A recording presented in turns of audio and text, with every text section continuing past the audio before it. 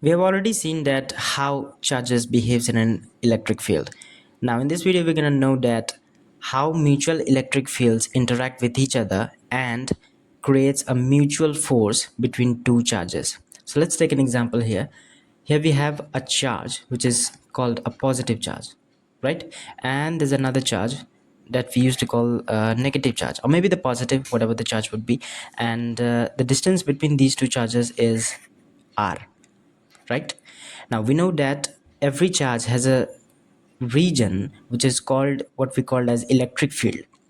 So the region surrounded it, so the region here around the positive charge would be called the electric field of positive charge due to the positive charge, and the region surrounded by the negative charge is what we called as the electric field of negative charge. So let's say this charge is q1, so this, the red charge is q1, and this white one we called it as q2, right? So this is the electric field of, first charge, and this is the electric field of the second charge. Now actually, how force created between these two charges, it depends on the interaction of these two fields, right? So our first field, which is called what we called as E1, and the second field E2, they both actually interact and intersect with each other. They actually do not completely intersect and got synchronized, but actually they interact with each other, and that's how they create force. So whenever we place them together in a very with a very small distance, so they actually create a force. Now how force is created, it depends on the electric field applying the force on a particular charge. So let's say here we have a q1 charge at the point P, which is actually the separated with the r distance. Let's say here we have a point P. Now at this point there is a q2 charge. So the electric field due to the due to the q1 charge is even here. Now this electric field, in the previous video we have already seen that electric field applies force on a charge. So electric field applies force on a q2 charge. So basically q2 charge experiences force due to this electric field E1, and vice versa.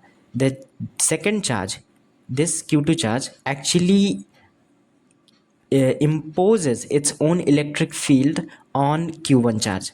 So the q1 charge experiences the electric field of due to the q2 charge, right?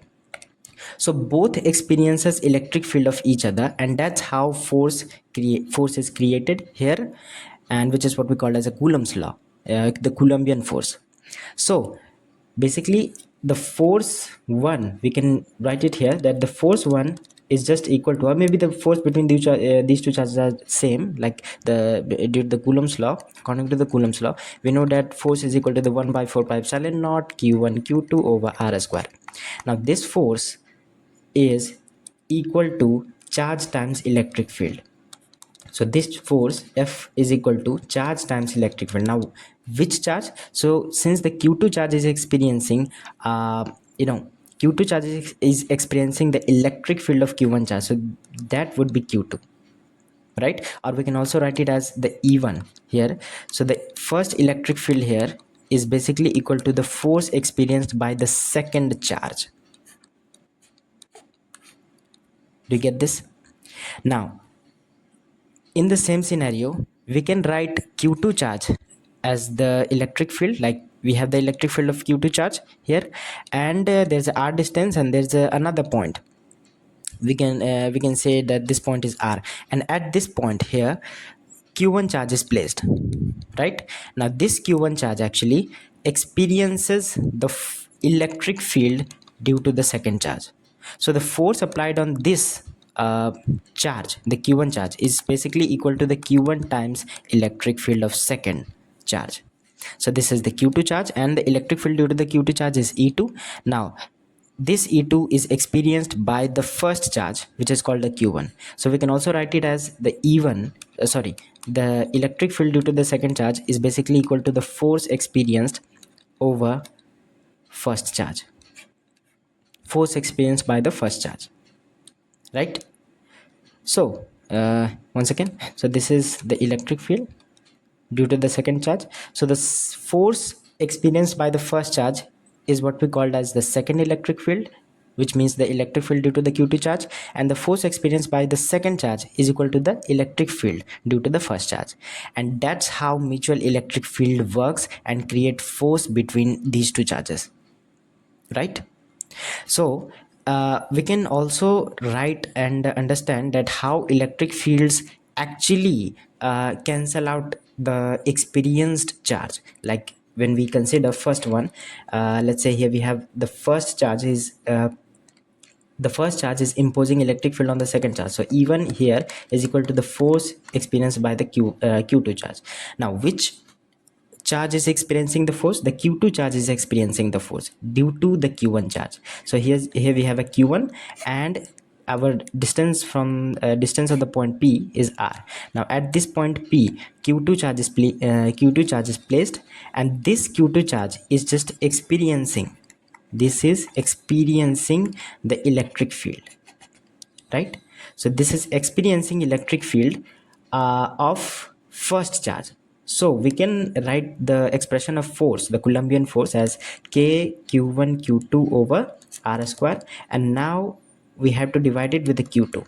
So this is what when we got electric field due to the first charge. So q2 will be cancel out each other, and then finally we get the electric field for the first charge is equal to k q1 over r square. Now this is very very important, that you should know that electric field due to the first charge is basically directly proportional to the first charge, right? Like we can write a remark that the electric field due to the first charge is directly proportional to the first charge, and electric field due to the first charge is inversely proportional to the square of the distance between them, which is r square. So this is an important remark, you should write it down quickly. And in the same sense, we can write this for the second charge. So in the second sense, like here we have a q2 charge, and the distance between these two charges, like here's the point r, and at this point q1 charge is placed. This q1 charge is just experiencing the force due to the q2 charge. So electric field is just imposing on the q1 charge, and that electric field, which is what we call as E2, this E2 electric field is imposing a force, it's creating a force on a charge. So that force, the electric field E2, we wrote that this is equal to the force over the charge which is experiencing the force. The charge which is experiencing the force is q1. So now we can write it as k q1 q2 over r square. Now we are completely neglecting the vector formats, right? So we are not adding the here we have a r cap, so we are not dealing with this. So basically this is the magnitude form of electric field as well as the force. So now we are actually dividing it with the q1 charge. So now electric field due to the second charge will be k. Now the q1 charge will cancel out and only remains q2 charge, and this is r square. So actually this is the scalar form we wrote it,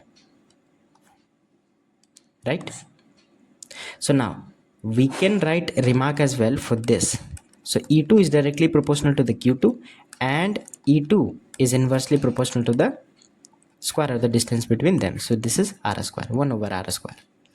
So do you get this? That how mutual electric fields interact with each other, and how both charges creates a kind of force and imposes a force between each other. So force is same, it's an important point that the force would be same, but only one thing, the electric field due to the both charges will be different, right? So the force here is always equal to the k q1 q2 over r square, which is 1 by 4 pi epsilon naught is just a Coulomb's constant, but the electric field would be E1 and E2, and both are different, and both the formula for the both electric fields will be different. So the E1 electric field is just force over q2, and the E2 electric field is force over q1. And when we when we write the expression for the force, the one term of a charge, the one q2, would be cancelled out in first electric field, and the second charge q1, q1 is cancelled out, and only q2 remains in the second electric field, right? So you will probably get this idea that how electric field works and how mutual electric fields are.